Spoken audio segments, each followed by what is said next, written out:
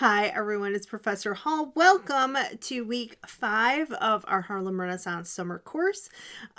This week we have the start of our 2-week module, and that is on Wallace Thurman, the author of the book The Blacker the Berry. So you have this week a lecture from me on the book, and then you'll be reading parts 1 and 2. Next week you'll be reading parts 3 through 5, and you'll have another lecture from me. And then I really recommend you watch the video Great Black Books Presents The Blacker the Berry. They have some wonderful insights in that video, and I loved hearing their thoughts on it and their analysis, and I think it can give you a really good understanding of the book. So that is it for the for what you're watching and what you're reading. And then this week you will have a journal, and next week you will have a discussion. Wallace Thurman, you may not have heard of him either, and you may, sorry for my camera there, you may not have heard of this novel, but it was really important at the time it was written. Wallace Thurman was a novelist, an editor, a critic, and he had critiques of the movement itself. So he writes this other book we're not reading called Infants of Spring, which sort of satirizes the Harlem Renaissance itself a little bit.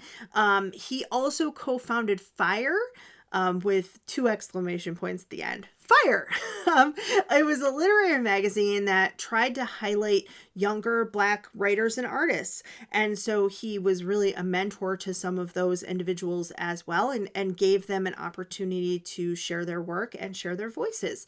His work is really known for what I would call, I guess, or he would call maybe unfiltered. It's supposed to be an unfiltered portrayal of African American life and identity during this time period. And what I mean by unfiltered is, like, a lot of other people are trying to show, and we talked about it last time, right? Black excellence.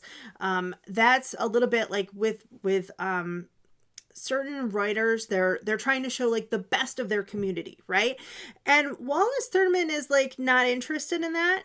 He thinks that showing only the best is like to try to get approval from people who are not African American. So trying to get white approval, or trying to curry favor in a way that he just finds distasteful. And so what he's really trying to do is explore just this Black community, and, you know, the best and the worst, and people just how they are, right? To not show protagonists who are only good, but to show protagonists who have flaws and might themselves have prejudices and might themselves have struggles of their own making because they're flawed people, which is really interesting in what he's trying to do and the messages that he's trying to convey. So this novel, The Blacker the Berry, is published in 1929, and it is exploring colorism in a number of Black communities. So in Emmylou's hometown, and in her family itself, the way that she is treated there. We move from there to California, and then we move from there to Harlem, and we see the ways in which she still maybe faces some prejudices within her own community. So for that reason, it's really interesting. It's really important book, and I hope that you enjoy it. Thanks, everyone.